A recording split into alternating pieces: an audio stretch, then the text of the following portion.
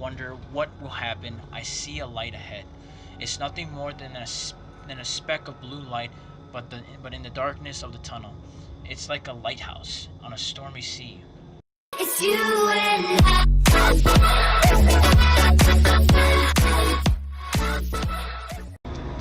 Hey guys, what's up? Dulex Infinity here, and welcome back to the channel. It has been a while since I've recorded any type of gaming content or anything whatsoever besides the normal original films, and yeah, it's time to get back on that grind. So yeah, so like as you know, I've been recording a ton of films. I've been working on the War Against Ronald McDonald, which will be ending very soon. Part 4, the finale, will be out soon, around roughly this week around. By the time, it'll probably post it on Saturday after the episode 1 of The Emitter, which if you guys have not seen the teaser, I recommend you guys look at it. It is amazing, and trust me, this new project, this new series that I'm whipping up, it is going to be awesome. And it's me and so many of my friends that are participating in this cinematic series. It's just like, we're working really hard to produce this, and like it's something new because I'm starting to now learn, and as you know, I'm learning as I'm editing and doing all this crazy stuff. So I've been basically now starting to play around with special effects. So I hope you guys enjoy, and it's something that I think that I'm gonna like, that I like making a lot, because it says something that it like when I thought about this project, I always wanted to give like literally. It's something I can't explain and reveal too much about why and everything. That'll be for another video. But like I enjoy making, like, this project really hit me, and it's like I need to do this because it's something that I like, and a part of me likes it a lot. So the concept, at least. So yeah, but hope you guys stay around for that. And I've noticed, and yeah, I've not been posting any single gaming content or vlogs or challenges, and I'm gonna get back on that grind. My goal, if you guys are seeing, my goal from here on is for me to start getting back on that daily grind. I'm gonna be grinding hard to produce daily content every day. I don't care what it is. I don't care what game I'm playing, or if I'm gonna have something to do today. I'm gonna vlog it, I'm gonna film it, I'm gonna do whatever, because obviously a ton of you duelers are coming in, and I want to provide the best content. I want you guys to know that, you know, we're a family here. I want to provide some entertainment for you guys, and I want you guys to enjoy just the best that what I can provide for you right now. And you know, we're just gonna keep on growing, baby, grow to the top. And also, if you guys have noticed, I'm wearing a hat because my hair is just not coping with me today, so bear with me, and yeah. So anyways, guys, welcome back to Buried. Yes, it is. We're heading into chapter 5, and if I'm not mistaken, this is the final chapter. The final chapter of this series. And obviously, I noticed that I'm not, like, obviously, I gotta finish this, man. I'm the type of person that does not like to leave series, like a type of series, unfinished unless there's a perfectly good reason for it.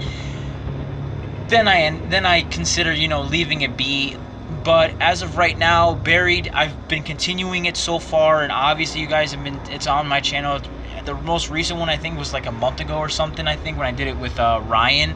So I gotta keep it going. I gotta finish it, and just have more room for more new stuff. So without further ado, let's get right into it. Obviously, you guys saw it got pretty hectic last chapter, so let's see what our choices have gone since the beginning, and hopefully we get a really good ending, and we don't suck. Anyways, let's get right into it. All right, chapter 5. Oh man, this is gonna be crazy. Oh, wow. Okay, bear with me, guys. As you guys know, I suck. My reading is a little bit so bear with me, guys. We are now inside a large reinforced chamber of sorts, almost like in the inside of a submarine. Near us is a door shut tight. Far from us along the back wall are all sorts of controls and monitors. It seems clear that this metal door isn't impenetrable, at least to them. I'm fairly sure that they aren't getting in. Dennis looks like a walking corpse, and I do everything in my power not to let this show in my expression. His face is grim. He shouts out to me, "To hell with you! What were you thinking?" Blood pools on the floor below whenever he holds his arm. I say nothing. It's all too much. My brain feels like jelly. We need to get him some help, or he's gonna bleed to death, Amy says. We interrupt by a man's voice booming behind us. Just what in the hell do you think you're doing? The man roars. He's an older man who seems to extol power and authority, but he also looks tired and scared. I assume this is Barksdale. He walks over to us in the back of recess chamber. We didn't have a choice, Amy responds. We had to. Did you override the locks in the hangar doors? Barksdale demands. Yes, I did, but we had to. Do you have any idea what you could have done? Amy doesn't answer right away. She's furious, but she also scared and visibly exhausted. Let's see. So obviously here's Barksdale, and he seems pissed. But we gotta keep her cool, because otherwise we're just gonna. Well, first off, we need to know who this is, because I don't know who this is, honestly, and I need to pick up where I'm trying to regain my thoughts from previous chapter, because it's been a while. So let's see. Do I stay quiet or do I ask who is this? Well, I gotta know who it is, so let's ask who it is. I address my question to Amy, preferring to get my info from her rather than whoever this is. The man doesn't break eye contact with Amy. Yeah, bear with me, I'm there. Colonel Barksdale, he runs the place, she says, annoyed. Look, Barksdale, she says, you can't berate me and lecture me all you want. You can't lecture me all you want with this when this mess is over. But right now, I have a wounded civilian here, and as you can see, several entities are trying to get in this room. So if you would actually do something instead of sitting on your throne yelling at me, that would be great. I'm impressed at her guts and wonder if she is some sort of beef between the two of them. Surely working in a place like this could cause some stress and tension between people. As I walk, I notice a peephole in the door. I go to it and I look to the thing. They're still looking for a way in, but finding no success. I wonder if they can sense or somehow see me through the door. Let's see. Do I flip the bird or do I do nothing? I don't think this is choice. Do I do nothing or flip the bird? Nah, I'm gonna do it, cause I can't help myself. I hold out the middle finger to one of them and smile defiantly. I get a blast from a high-pitched sound in response. You'll be repined from speaking to me in such a way, Barksdale says to Amy. Reprime me of all you want. I like to survive this first. Cover your ears, Barksdale shouts, walking away towards the far end of the room. Stay put until you hear back from me. Thank you, Amy says with a fire in her voice. She then turns to me and says, better do what the man says.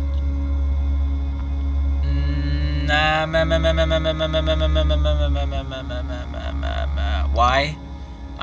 Why? My answer comes from a defiant blast. Dennis looks like he wants to know when this nightmare is going to end. More burst of a loud explosion noise starts ringing out. Looking through the peephole again, I see the core of one of the beasts explode. It vanishes in a puff of smoke and clear liquid. Looking to my left, I see Barksdale in a shooting stance. At the far side of the room, he is firing through a small slit in the wall. He is using some high-powered weapon, the likes of which I've never seen. I see a slight moment as the gun knocks, accompanied by a flicker of white light. Immediately, another monster is drowned. Its tentacles flailing around aimlessly as the most of the core is torn through. I instantly feel gratitude and immense satisfaction in knowing that what they are being picked off in such a way. Continue watching or sit down and rest. I'm gonna continue watching, because it's pretty neat. I slide my eye onto the peephole again and watch what effects the shots are having outside. Because I know that white light and gas in the creature's blood, seeing it draw up in a fiends bloodlust in me. Yeah, okay, cool. Another is blast in the center. The translucent shell collapsing towards its light as its lights dies out. Yet another in the shot of mass of a floating tentacle, causing its body to disappear as it drips in and out of existence. After several moments, my view is blocked by a splinter of white liquid that covers the peephole. When the firing is over, I barely even noticed it. Soon after, Barksdale walks over from our side of the room. They're all gone, Barksdale says, and I have to re-seal the hangar doors. How'd you kill them like that, I ask. Classified weapon that, quite frankly, you have no business in being near. Amy gets to her feet and returns to the panel on the wall. Thanks. How badly are the civilians hurt, Barksdale asks. One of them is in very bad shape, Amy asks. He lost a hand and a lot of blood. The other's not too bad. I see a laceration on his back, and that's about it. Okay, I'll have a Strickland get a med kit. Strickland survived, Amy asked. Sounds cheerful. Yes, and until you and your friend showed up, I thought you guys were the only ones. We were the only ones. Hang tight. She's on her way. With that said, he retreats away in the back of the room as if I can't stand to be around us. Amy approaches me and looks over. You're in good hands. Strickland will be able to help. We'll fix you up. Is she a doctor or something? Sort of, she says. Sort of. She's a physicist, but oddly enough, she spends time as a trauma nurse in the army. Is Strickland a friend of yours, I ask? Amy chuckles. Yeah, we've known each other for a while, but for a while. The only woman in the sea of overachieving men. Okay. Interesting. Okay, Barksdale sounds like a prick, or you must be glad Strickland survived. Let's go with this one. We usually get lunch together, she says, and she's helped me out in a few tight spots in my career. Within a few seconds, the door behind us opens and a woman appears from back furthest in the chamber. She enters the room with a looks like a small suitcase. She is dressed in very basic and drab military getup, completely with a holstered sidearm. My name is Colony Strickland, she says. I can patch you guys up pretty well, but it's gonna hurt. She looks closely at Dennis, looking over him and with precise care and attention. You're not in the best shape. He responds in a grunt. Seriously, I can't fix you up. I can't fix you up, but only I can fix you up, but only temporary. You need intense care for that arm. First things first, though. Strickland pours out a liquid over his maimed arm and starts stitching. She then wraps his arm around 3 entire spools of gauze. Blood shows through right away. That's the best I can do for now, she says to him. She tells him, giving him a sympathetic frown. I could care less, Dennis mutters. I'm crippled. Do whatever you want, as though it matters. Strickland then looks to me. Sit down and let me see if we can get your shirt off, she says. I sit down slowly and I start unbuttoning my shirt. She has to help me. She has to help me slip it off my shoulders, but we manage. How bad is it, I ask. Bad, she answers. It's almost like a burn, but I've seen much worse. Your friend here, for example. I might as well talk to Strickland, if only to distract from the pain. Okay. What's your story? Strickland rolls her eyes and she gathers up a needle and some thread. I was always into fringed science. I started in the labs where 3 excuse me if I mispronounce stuff. Eccentric Russian scientists were being founded by the U.S. works on combining DNA types. I sort of become obsessed with perfecting human physiology while I was a trauma nurse in the army. You were a mad scientist then, I say? I get that a lot, but no, not compared to the stuff we do here. What kind of stuff? It's complicated. Kamar masses, quantum gravity, crunching things down into their Schwarzschild radiances. Fun stuff. Yeah, a mad scientist, I say, trying to keep myself calm with dry humor. There's a lot of small labs working in the same stuff, she argues. They just don't have our they just don't have our funding. When you guys ran in here, she says, I was horrified. Those barrels outside. I'm not sure if you saw them. Well, if you'd shoot them, it could have been bad. Why, I ask. The gray ones are filled with an experimental fluid with fuel that is highly flammable. The yellow ones contain a liquid nitrogen. What? I ask. Just laying around. Well, this area is the safest in the building, the most secure. Well, it used to be anyway. And take this. She says, handing me four pills, painkillers. They won't work immediately, but they'll dull the worst of what you're feeling. Are these the best idea, I ask? Won't they make me dizzy or run out of sorts of something? All I get in response is an annoyed, determined look.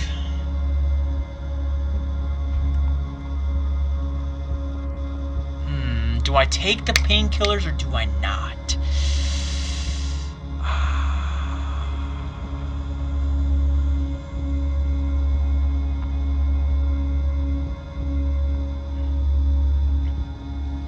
I'll take them. I'm taking them. I'm taking them. I took the painkillers. I gotta get rid of the pain, bro. I try swallow the pills and she starts working on me. She slathers the wound with some sort of liquid that stings like crazy as I gasp. I'm a grin and bear it. I'm a guy. I'ma bear the pain. Ready to stab me yet? Strickland asks. I'm fine, I hiss. I wince as she dabs at my eye, swollen from where Marcus kicked me. I grit my teeth in pain and try to catch my breath. Dennis comes out with a haziness and tries to speak to Strickland, but his words are slurred. White light from the ground, Dennis says. You think that's the power outage? Think that bought the monsters out? Could be, Strickland says, but your crew was far enough away from the facility, or at least we thought we were. Dennis chuckles in a way that makes him sound menacing. Nope. Wrong. You thought wrong. So, you and Barksdale are the only survivors, Amy asks? It seems that way. Those that didn't disappear into thin air or were killed by those things, Strickland says, nodding to the secure door. Excuse me. Let's see. How many were killed? Should I ask that, or no one else made it? Let's go with no one else made it. Let's go with that. Not that I've seen, Strickland says. If anyone else did make it, they're trapped there with those things. I'm glad to see you. Where were you then when it happened? Amy asks. I was in the micro lab in level 2. Strickland replies. Park and O'Brien were in there with me, and they just disappeared. It looked like they were being stretched, distorted, and then there were a ball of white light, and then they were gone. The ball of white light just annihilated everything it touched. Would it be perfect? Would it leave a perfectly round hole? I asked, with a light bulb turning into my head. We saw some of those things at the logging site. Yeah, and I saw a ball of light too. Dennis chimes in. That's probably the same phenomenon. Strickland replies. Amy looks at the ground like a child that is afraid to ask an adult for something. Finally, she asks, where did they go? We don't know, Strickland says. I could be an infinite number of different dimensions, or even some dimensions that merge and mix together. It could also be a place that exists between dimensions. Barksdale calls it the void. How is that possible? I can't say they call them dead. They could probably be alive, but we don't know just yet, Strickland says. Our understanding of space-time is evolving, especially when you started warping warping it like we've been doing. Amy added. The point seems point seems to be the end of the conversation, as both women fall quiet. I wince through the rest of the Strickland stitching, feeling a tug of my skin, but thankfully no more flowing blood. Finally, Strickland says, "You're good to go." She looks over at Dennis one more time. He doesn't seem to be in much as stirred when she rechecks her work. She's already having to remove the gauze from his wrist, and as it's soaked through with blood. The wound looks like it's starting to clot, so that's good at least. I stare at the floor as Strickland does what she can. Will he make it, I ask. I'm not a doctor, she says. Not really, but based on the bit I do know, I'd say it's about a 50-50 right now. So, have you and Barstow been able to contain all those creatures? Amy asks. Strickland appears shocked, clearly not the reaction Amy was expecting. Certain? Are you nuts? Do you know what's happening? Amy's eyes wince in fearful confusion. What do you mean? What's happening? Other than the initial experiment failure, the anomalies are becoming more numerous, and further from the source, Strickland says. The casual humor in her voice is now gone. What anomalies? Further from the source. Well, I guess, do we know? Okay, we know about the creatures, right? But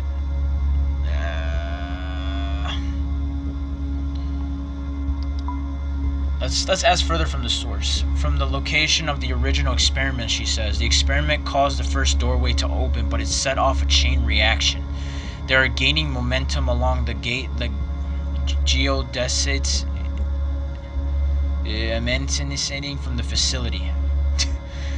It's those pockets of exterior matter and negative energy that are letting those things in. What the hell does that mean? Dennis asks. It means, Amy chimes in, that those doorways and the monsters are starting to appear all over the facility, maybe even the surface. Not yet, luckily, Strickland says. But the doorways will start to appear on the surface, and it won't stop there. The anomalies could extend infinitely as far as we know. Those entities will appear on the surface in other states on other countries. Holy shit, I say. You mean the world is going to be overrun? The horror of the past few hours has made me ready to believe anything. But this is almost too much. Unfortunately, yes, Strickland says. My God, Amy says, stepping away. Isn't there anything we can do?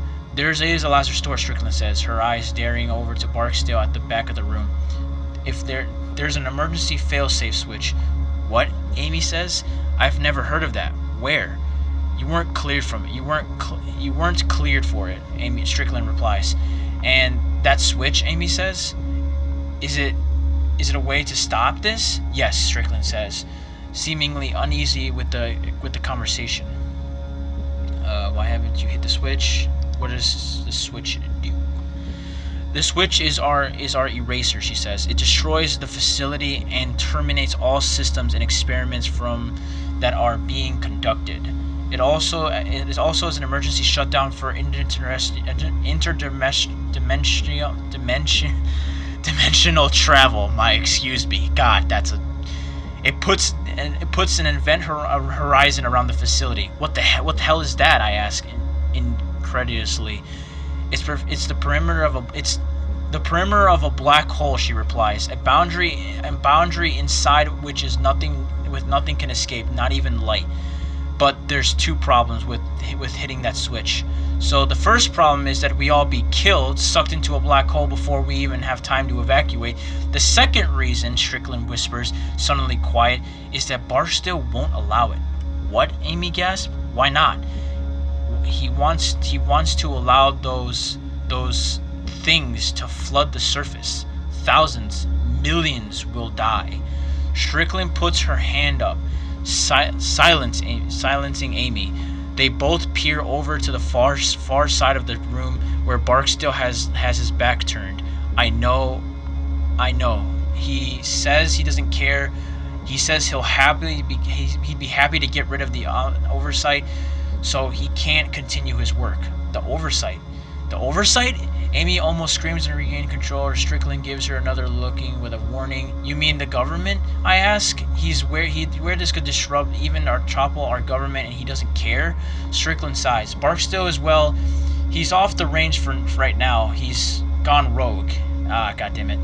I can't continue this comment. No. While Barksdale has his back turned, it takes my hand off and sliding it behind me. Just in time, too, Barksdale walks over from the back of the room. Ah, God, no! Can I kiss Strickland before speaking to her? Are you the civilians who are going to survive? He asks. Dennis chuckles at this time, and I'm relieved to see that his eyes are open. He gives a lazy thumbs up. One of the excuse if I have to skip things because my reading is also slow, but you guys could probably read what I'm trying to. If you guys are following through with my reading, you guys could probably catch up or just pause and read that little part before it disappears. So bear with me, guys. Let's see. Immediate medical attention. Understood, Barksdale says. Amy, is it quite nice? It's quite nice to see what you have survived. She says. Were there any others? The aloof way this asshole is talking to us is getting under my skin. A guy named Marcus that works on the first level from IT. Amy says. That's all I know for sure. Marcus Pabscott? Barksdale says. Where is he? We're not sure, I say. He was separated from us. Oh, Barksdale replies. It's clearly taken aback by my stern reply. That's unfortunate. Barksdale seems to think about something and then looks directly at me. You're the logging crew, aren't you? Remind me, how'd you get in this year again? Let's see. We fell through a hole. We were trying to get away from here. We'll go where we fell in a hole. Ah, right. We lost our primary power source when the experiment failed, Barksdale says. The experimental failure created those exotic matter pockets, the hole you fell into. And if there were enough of them, it would have opened a way into our facility. Depending on the power source that were damaged, Barksdale continued. It could have also shut down the locking system before the backups kicked in. Everything has starting to make sense now.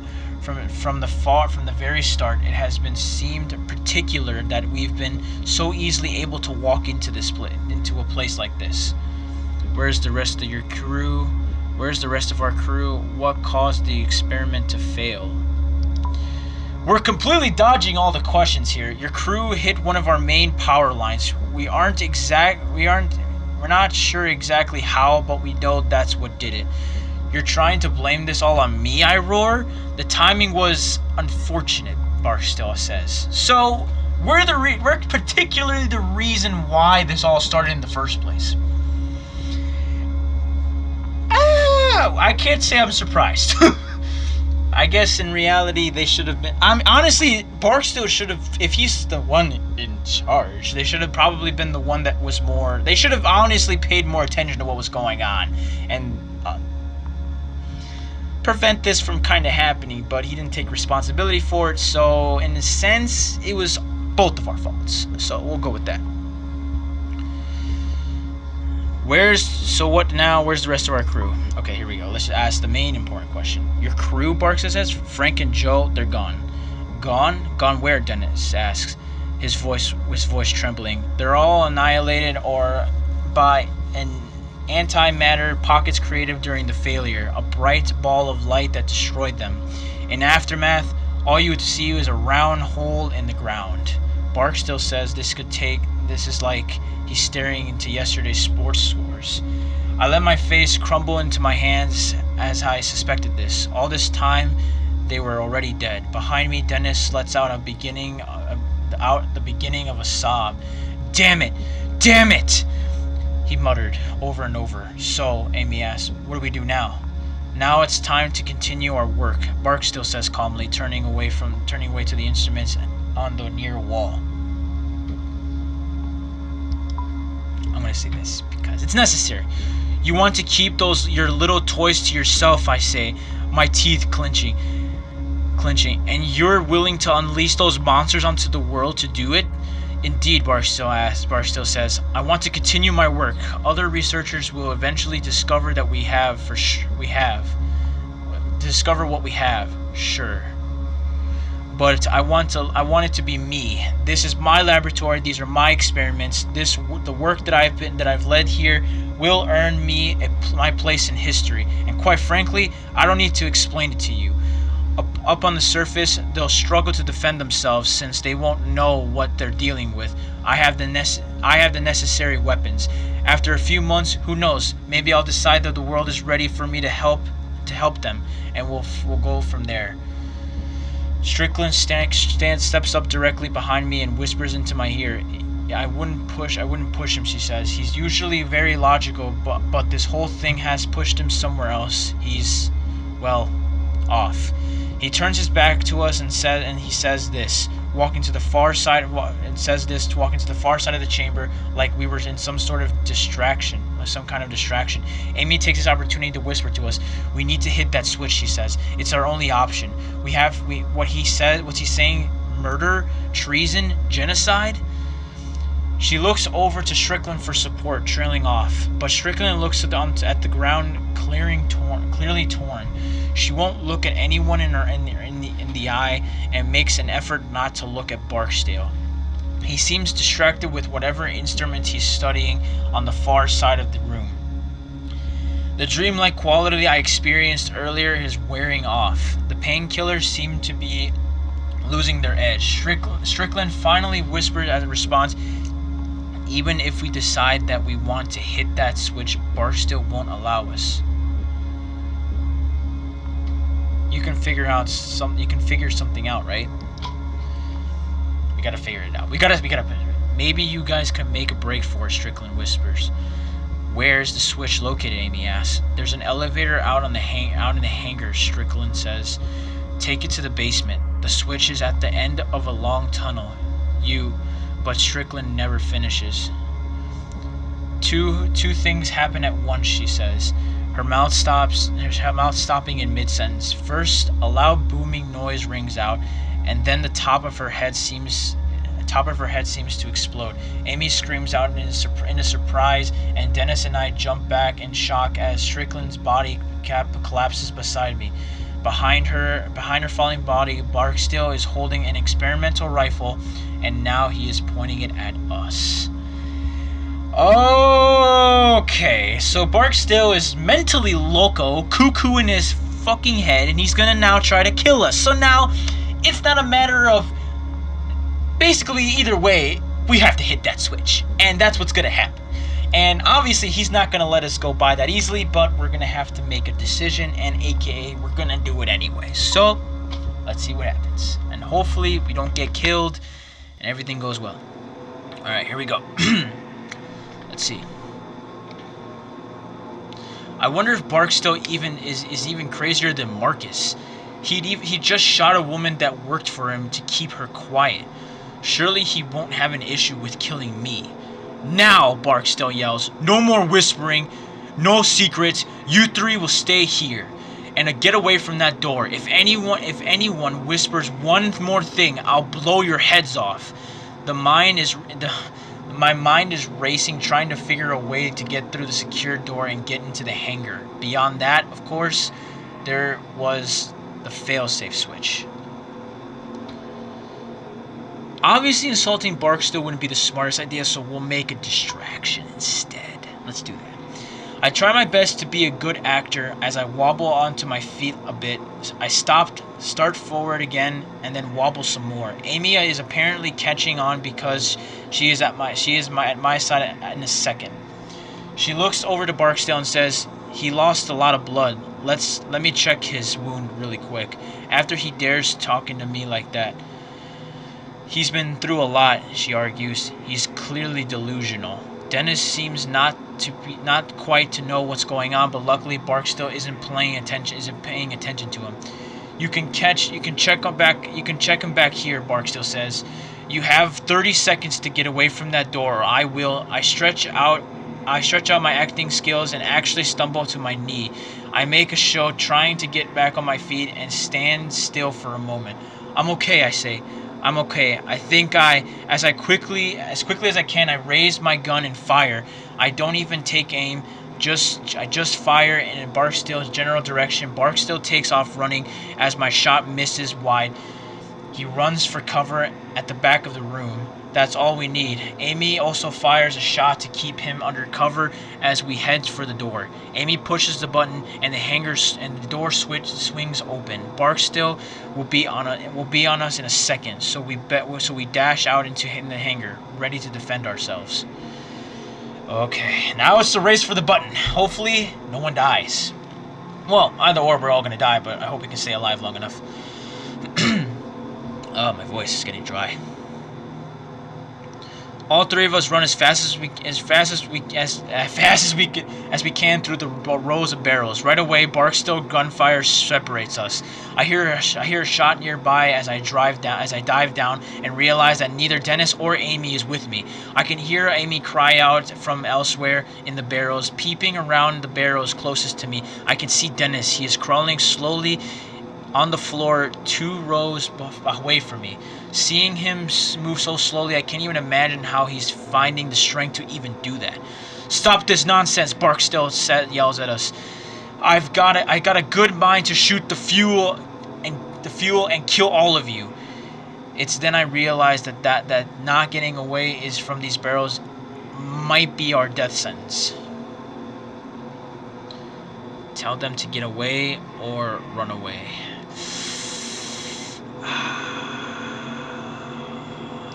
Let's tell him to get away. Before I can do anything, a shot comes from the isolation chamber, immediately followed by a pinching sound of a massive wall of heat. I feel the heat before I feel the force of the explosion. It occurs several rows ahead of me, but I can still feel the physical push of it. I hear Dennis scream and then clinging of some metal. That's when another barrel explodes, and then another, and I realize I could run back and help. And try to get myself clear. I might not have enough time to do either before the next round of eruptions. What the hell should I do? Run back to help Dennis and Amy, or run away in the other direction? Ah, no! What do I do? This is one of those tough choices I have to make. Oh my, do I run away in the other direction, or do I run back to help Dennis and Amy? I mean, if we push the switch, everyone's gonna die anyway, right? So I have to do this for everyone's sake. What do I do? What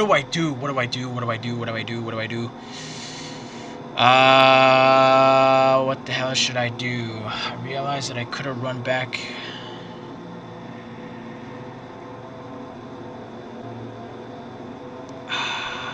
Run back to help Dennis and Amy, run away in the other direction. I'm gonna help them. I have to help them. I gotta help them. I'm sorry. I got to help them.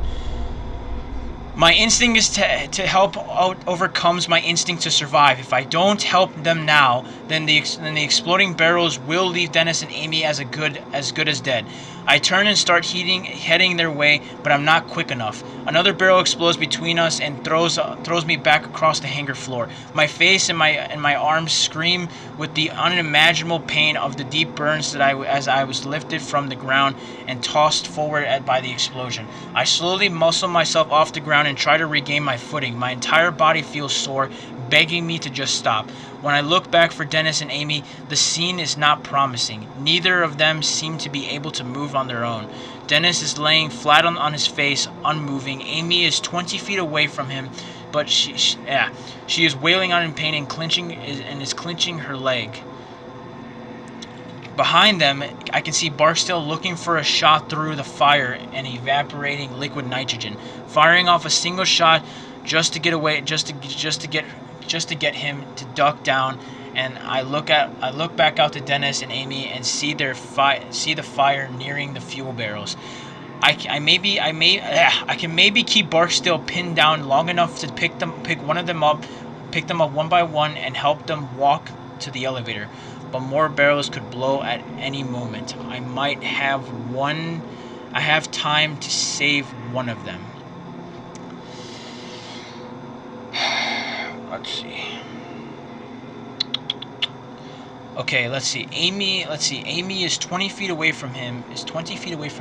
She is willingly wailing in pain, clutching her leg. I think Amy's leg is pretty much fucked.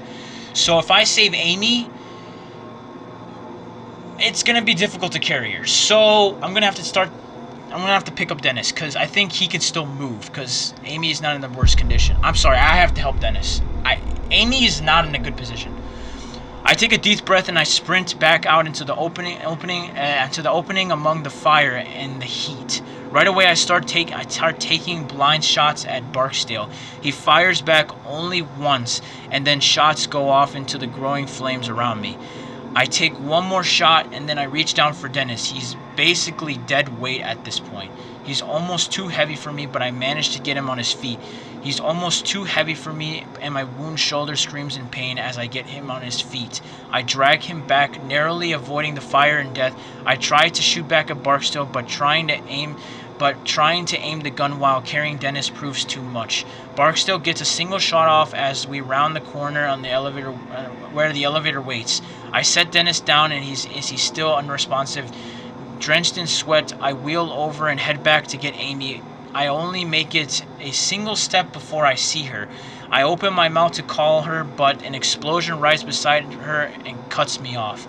She is shoved hard to the left from the force of the explosion. I run to help, but Barksdale is firing against me. I give Amy one last regretful look and then rush back to the elevator and Dennis.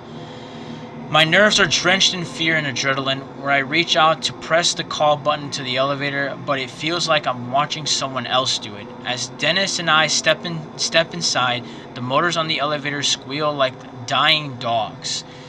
It's an old service elevator made of wood and metal, like it's something from a coal mine.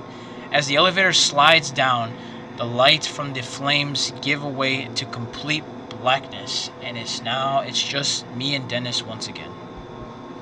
Look, me and Dennis have been through a whole lot, and I get that Amy's been there and she's been helping me out, but Amy's clenching onto her leg. There was no way, even if, Amy would be a lot worse trying to get her to move.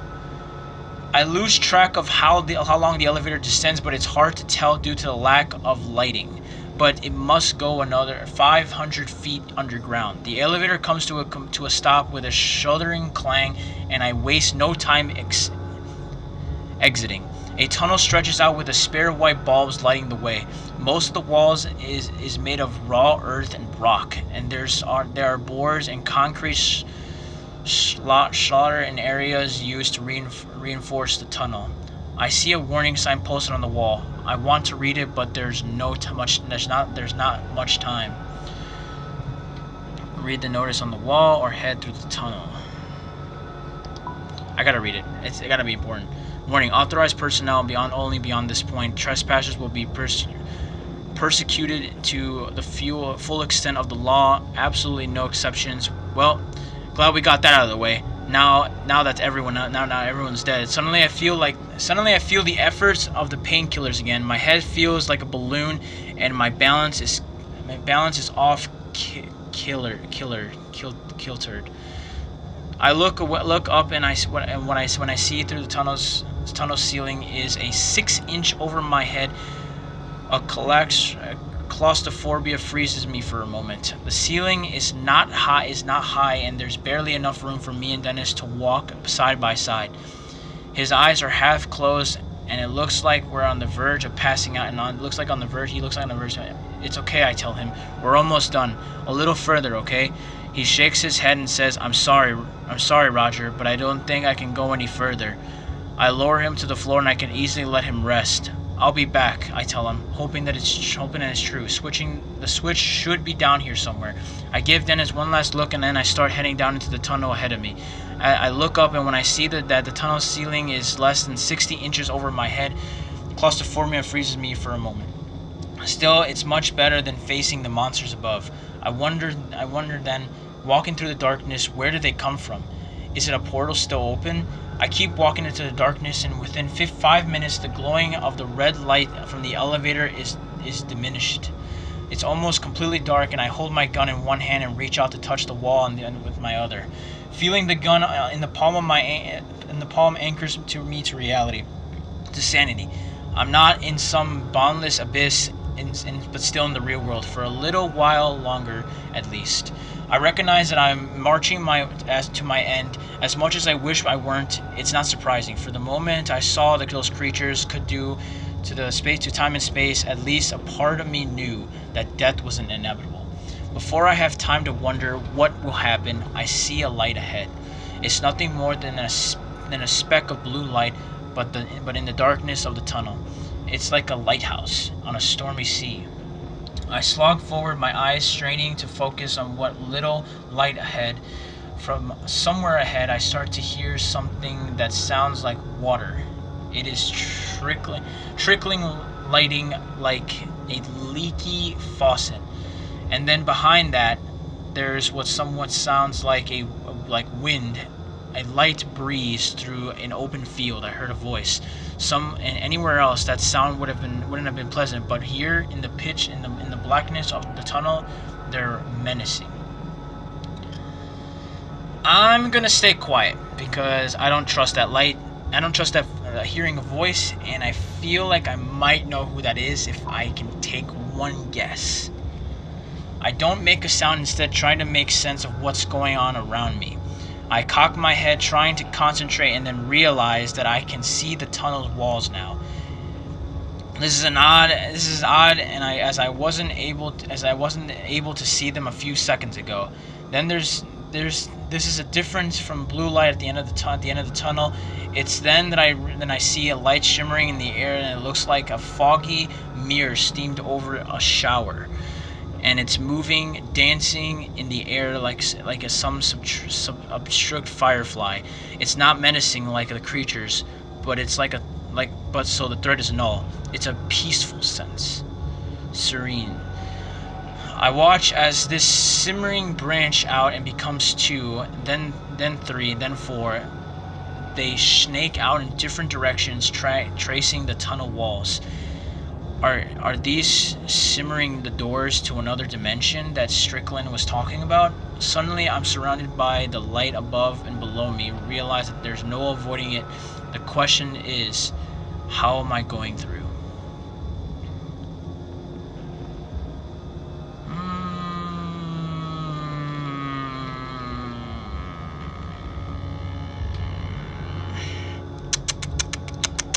Going feet first. Unable to resist, I step to where the tunnel wall should be. When I do, those shimmering lights branch out even more before connecting in one perfect circular form. They are hypothesizing. They are hypothesizing. Hypnoticizing, whatever. So much that I don't even realize that the tunnel walls are vanishing. I feel something like wind and a brief electrical pulse passing through me as the lights take me. There is a very gentle pushing sensation, and somehow I know that I'm being expelled. I have passed through something. Maybe the light, maybe the tunnel walls, I don't know. But a shimmering light fades a bit, is still dancing in the air, but no longer large and branching out. As my eyes adjust, I see right away that I am no longer standing in the dark tunnel far beneath the hangar. I have no idea where I am. I'm just somewhere else, and I'm terrified. Oh my God, we're getting closer and closer to the end, and I am just mind blown. Oh my God. The ground I land on looks like hot coals. There are dips and many cliffs breaking the landscape ahead of me. There's a wash of orange and blue overhead in a sky that makes no sense. It's both beautiful and terrifying at once. A scattered of stars hanging above, and they all seem to be breathing, pulsing with a gentle energy, as if alive. I can't tell if these are clouds in the sky because everything about it, from the colors to the trembling horizon, seem to be amorous. Everything is knit together and living. Knit together, living. I stare at a moment longer, and I can swear I feel the sky breathing. Far to my right, I see what looks to be a plume of fire, yet small yet bright, with no source of fuel. It looks like as if the ground itself is creating the flames. Several more of these flames dot the landscape further out. The air is thick and muggy. Then I realize something horrible. I don't know if I'm breathing here, if what I'm breathing here resembles air at all. In the place like this, one of impossible beauty is also abstract horror. My mind doesn't know what to do. A wave of nausea comes over me, and I think I might be sick. I'm not sure if it would be better to fight it off or to give in. The white light that brought me here is nowhere to be found. Is anyone even here? Is there any way to escape? Yelling out probably wouldn't be the best idea, so let's just look around. As I continue looking out at the Nat Marsh landscape, I see a few unexplainable oddities. There's a blowing flame into the distance. Not really a volcano or explosion, just some kind of slow heat crawling upwards and defies reality.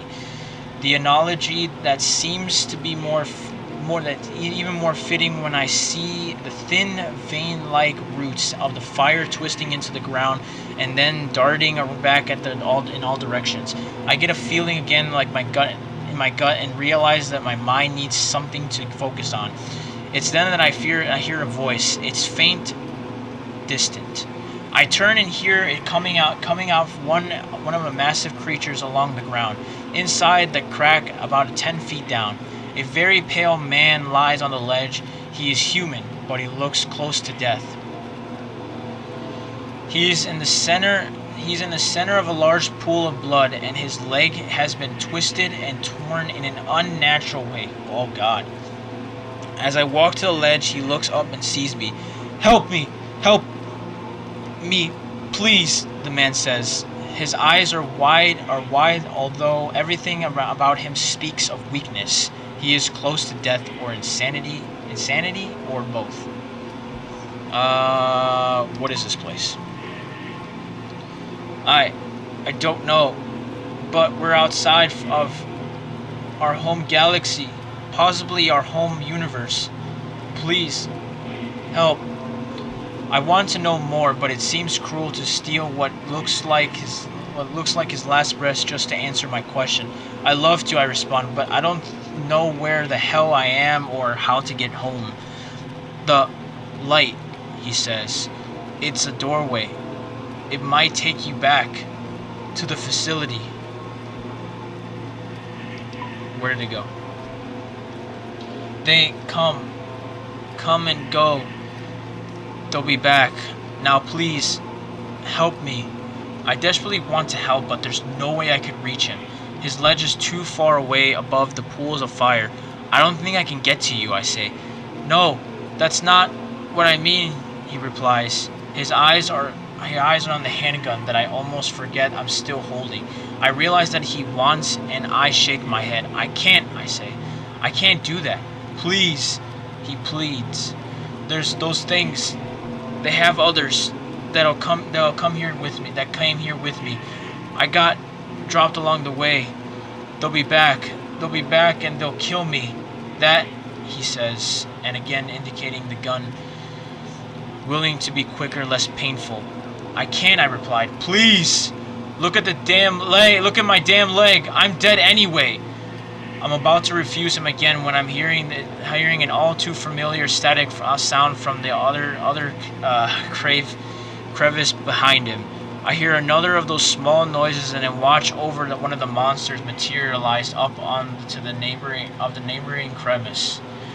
Two more come out after it, and then a third, then 5, then 10. Soon I lose count as what I was just a few turned into a flood. As I suddenly understand the man's reasoning, a bullet would be a mercy. I check a gun and I see that I only have 1 round left. I could use it on this guy, but I may need it for myself later. From beside me, the man pleads again. "My God," he says, a wavering latency of his voice. "Please." I could end his misery and everything, but I need the bullet. I feel like it's all about the one bullet. You need it, or I could die.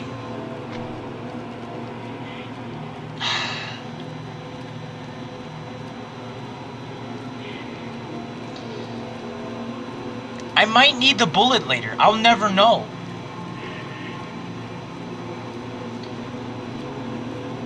I'm sorry. I'm really sorry, bro. I am so sorry. I'm sorry. I say I can't. What I don't tell him is that in the situation where I have to keep this one bullet, I can't waste it on him. He whispers a bit and I look away, unable to see what misery on his face. Behind me, I hear I give him a mix between a scream and mixed with a high-pitched noise from the army of creatures. Their volume rises and he lets out a weep of cry after cry. I clench my teeth as torture continues, and suddenly his voice is silenced and only sick static sound remains. And that's when I see shimmering waver to my right in the direction I originally came from. I look back to the monsters and see that they have now noticed me. Some of them being floating up the walls of the crevice. They are less than 10 feet separating us, and shimmering a white light within my arm's reach. Its movement reminds me of the fish in the aquarium. I reach out and feel myself accepting by them again. I feel the sensation of the wind and wait for the feeling of being pushed out back into the tunnel of the facility. But it doesn't come this time. This time, I feel something else. I feel a tugging sensation that seems to want me to drag me in all directions at once. As the world goes dark, I realize that I am somewhere else, and it's not the darkness of the tunnel. It's the darkness of a total void. What the hell?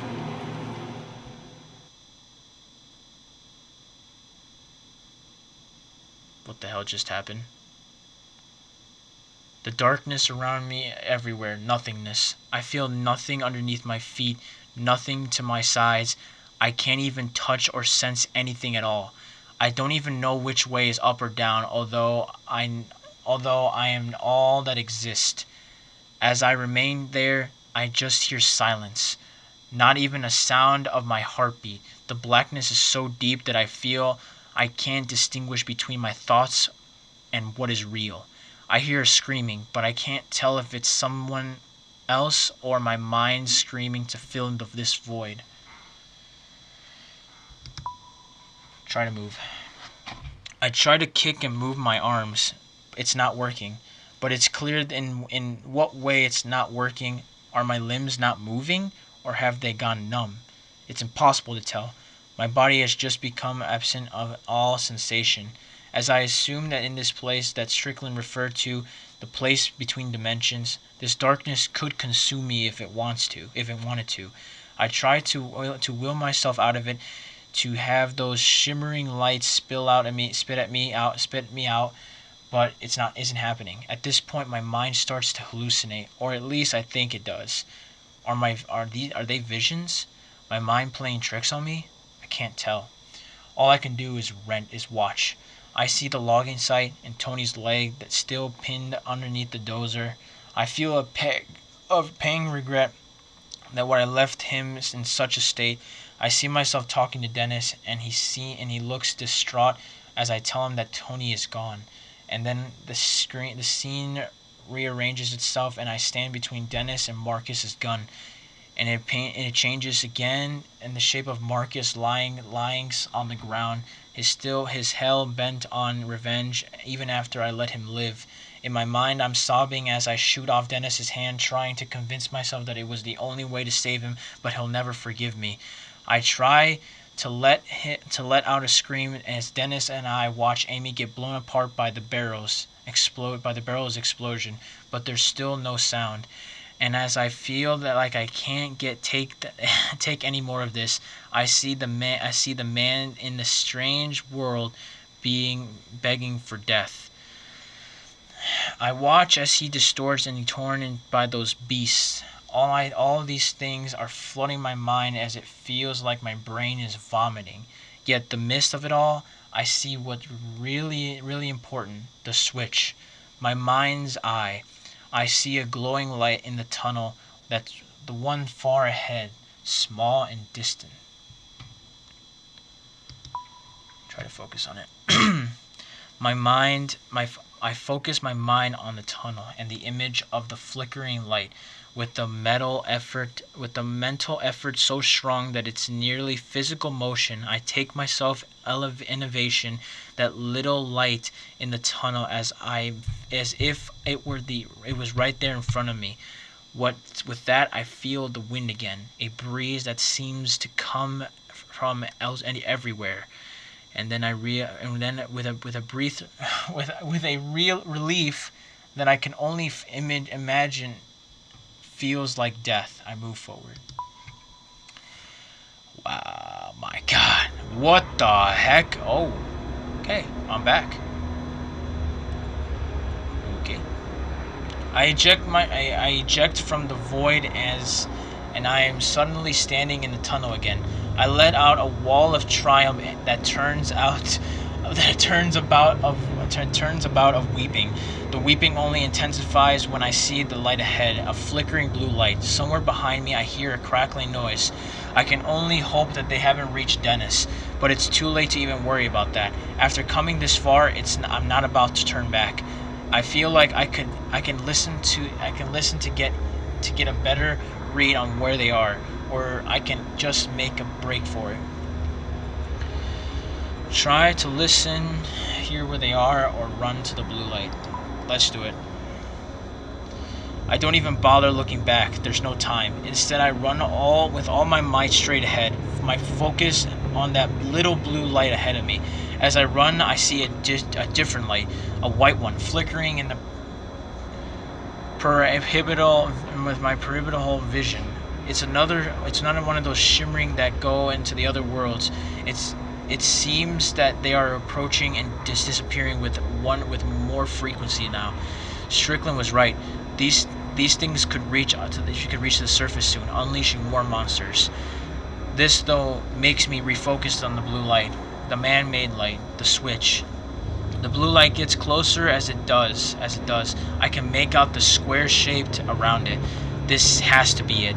This familiar static scream of the monsters is much closer now. I have to be quick. I grip my gun tightly, knowing that I have only one bullet remaining. The bullet that the man in the other world had wanted me to use to end his life. I run ahead into the darkness, my eyes locked on the switch that I assume is going to kill not only the creatures, but myself as well. As I approach, I see the lever. It's covered by a glass that I will need to break. The blue light is directly beneath this.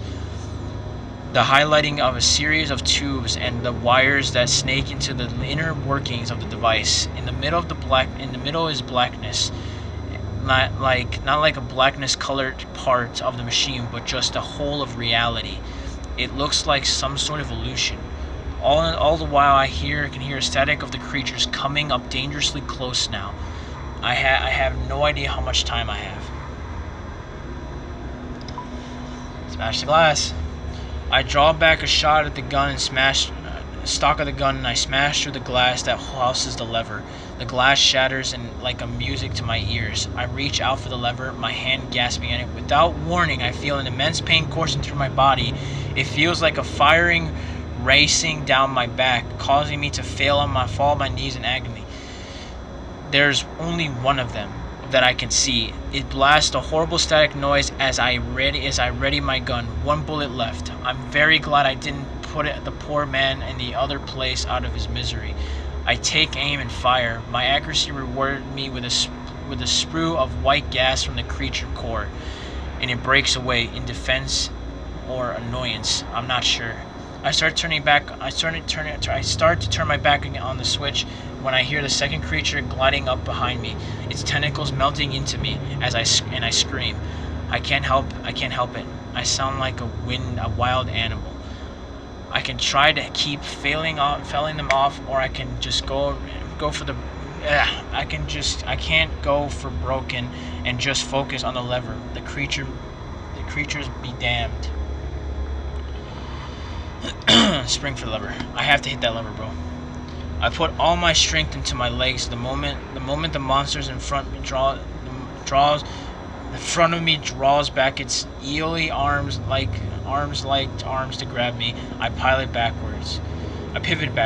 My back strikes to the machine, sending an agony rocket through my body. I'm so thankful I broke the glass before this moment. Before the coming violence, I stretched out and grabbed the lever. With one desperate scream, a shred of my voice, I jammed it down.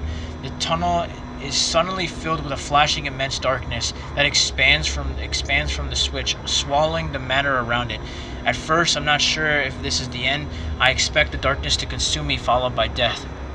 But another shimmering of dense white light appears next to me.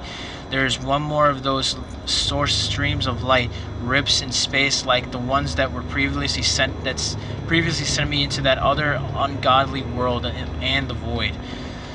With nothing else to do but die, I try to escape into the simmer.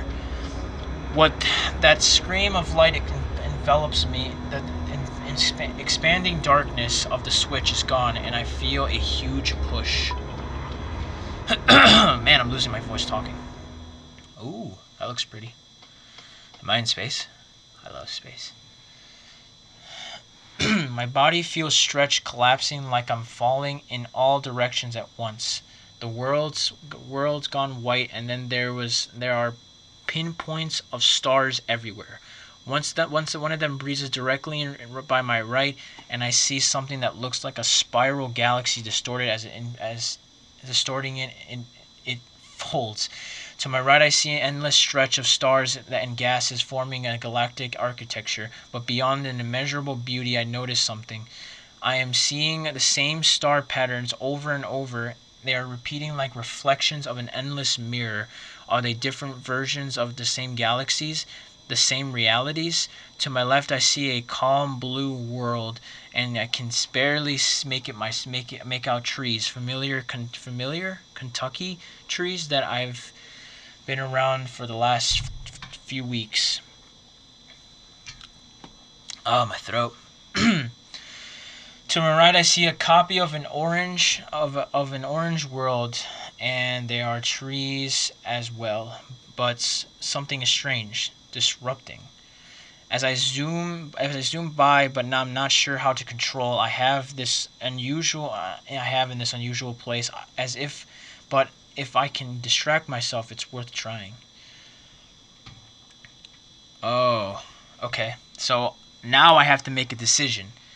Do I go to the blue world or do I go to the orange world? Let's see. Trees, Kentucky, orange world, can make out trees as well, but there's something that is strange, disturbing. If this is disturbing and there's trees that look familiar, I think I'm going to pick the blue world. Because if, honestly, I feel like, what is this? Like, there's trees, but so I'm assuming I could choose between one world where everything seems like, I think that world is weird because the trees are weird, and then there's trees that look like Kentucky. So I feel like the blue world is, I guess, back. I'm gonna pick that blue world. We're heading to the blue world. I try to focus my mind heading towards the blue world, not knowing what to expect. I breathe. My breath escapes me for a moment. Everything is in darkness and peaceful. Nothing hurts. What is happening? I'm back. I'm back to the logging site. With breath back inside my body, I gasp and open my eyes. I'm back at the logging site. How? I'm not sure. Did the shimmers react to the implosion of the switch? Some other accident? I have no idea. I sit up right away and become distantly dizzy. Dennis, I say. There's no reason to think that he survived whatever happened in the tunnel, but there's some sort of certainty that gets me to my feet. I wonder if I am somehow back in time before that we found the facility, but what happens next makes me realize that it can't be true. As I start walking forward, I see a tremor on the ground. Somewhere off in the distance, I hear a melodic groan. The buried facility is now being ripped apart under the ground by the activation of the switch. There was no way Barksdale and Marcus survived. Good riddance. I stumbled a bit, and when I do, I see the body of the floor's floor. Dennis. How is he here? Did he get caught in the simmer as well? I decide I don't care and scramble over to him. Dennis, can you hear me? Yeah, he says. The slightest twitch behind my eyes, and for a moment that's good enough for me. To my left, though, a tangling particular destroyed tree in the woodlands, a pillar of smoke begins to rise in the air. We've made it out of the facility, alive, and that, I suppose, is the most important thing. It's then that I look up and notice the sky. What? Okay, what about the sky? Got my throat. The sky is beautiful and familiar, obstructed by the trees that have been standing several minutes ago. I exhale and let in my body my body starts to relax. It's finally over. I'm not sure how long it'll take me to get back to some semblance of a life, but I know one thing is for sure. Any day above the ground is going to be a good day.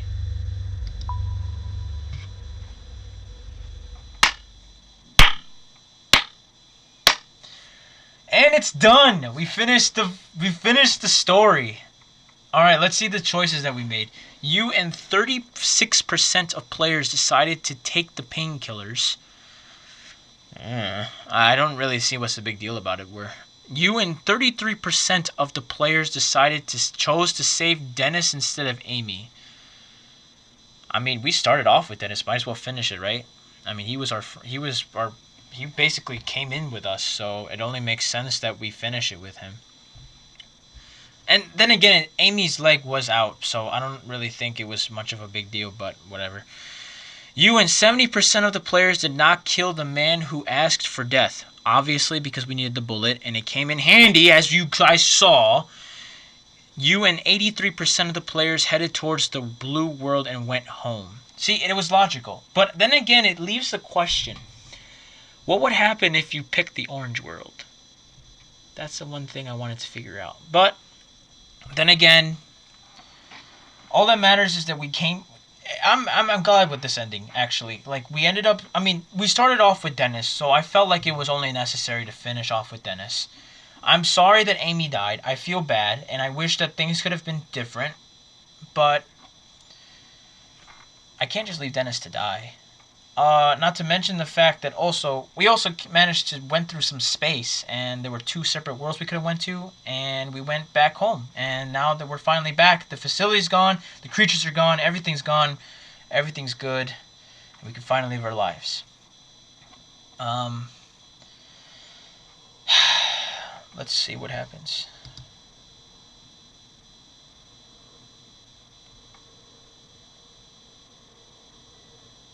The credits. If you'd like to test out the beta version of their upcoming game, that's a different thing. Thanks again.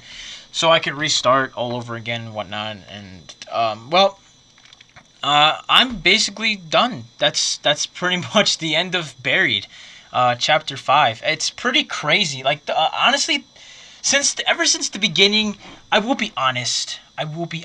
When I first started the series, obviously, I wasn't the one making the choices. I decided to leave it up to her to make those decisions for me. And why not? Because I wanted to bring more people into it to make it more interesting. But as usual, I ended up bringing a lot more people into the series, and they started helping me out make those decisions as well. So in the end, a few bad decisions in the beginning were kind of bad. And honestly, I wish I could have taken a different choice, which I'll probably replay this game again for myself to see what the other ending is. But if you guys have I'm pretty sure there's other people that have obviously already played this game. I'm one of those later. I'm one of those people that played the game late, but at least you guys get to see my own version of it and get to see what the choices that I made and get to see the different endings that there is, because I think there's multiple endings to this as well. So if you guys are curious to see what the Orange World was like as that decision choice, then be sure to check out some other people that have actually posted it or have decided for themselves. But for me, I'm one of those people that picked the Blue World, so there you have it. If you guys want to see someone that put the Orange World in, then hopefully you can go find them and see their perspectives. But anyway, guys, that's pretty much it. I honestly have enjoyed this game, and I've enjoyed that you guys. Thank you guys so much for tagging along for me during this whole journey, this whole few chapters. There was so many things I wish I could have changed, but obviously it was all about what the choices that you made that can only make the situation better depending on it. I wish I could have saved Amy, but obviously, you know, as me, if I enter into a thing with someone, I'm gonna take them to the end of it, and you know, I still wish I could have taken Amy, but it's whatever. Anyway, guys, thank you guys so much for watching. If you guys did enjoy, be sure to hit that like button down below. Also, if you guys have made it through this entire hour and 15 minutes that you've been watching this, I appreciate you guys, and thank you guys so much. You guys are really legit fans, and I appreciate every single one of you. If you guys also do me a favor, to all of you new guys, be sure to hit that like button down below, subscribe, become a dueler, and also don't forget to check out the links in the description to my Twitter, Twitch, and the Wright Crafters channel, all which will be down there for you guys to check out. Also, stay tuned, because I'm starting back on the grind, I'm just going to be continuing. I'm going to start doing more daily stuff because I want to give you guys more content. I want you guys to I want to give some more something. I want to keep entertaining you. You know that I'm all about helping you, being there for you guys when you guys are in your rough times. And also when you want to find something to entertain yourselves, take a moment of your time and distract yourselves by joining me and joining the family and and joining in on the adventure. And that's pretty much what I want you guys to do, and I pretty much would appreciate you guys joining in on, because the adventure is only just beginning, and we're just going to keep going and keep just going through all this crazy fun stuff, and I would appreciate if you guys join in on that as well. Also, thank you guys so much, and can't say that stress that enough. And also, hope you guys are excited, because as you know, the emitter will be coming out Friday, and as well as it soon. I'm most likely sure, unless something changes, well, I'll be sure to let you guys know that the War Against Ronald McDonald finale will be posted Saturday. And if anything changes as well, I will let you guys know. But anyway, guys, thank you guys so much for watching. And with all that being said, my name is Dulex Infinity. Hope you guys are all having a fantastic day. And I will see you guys all next time. Peace.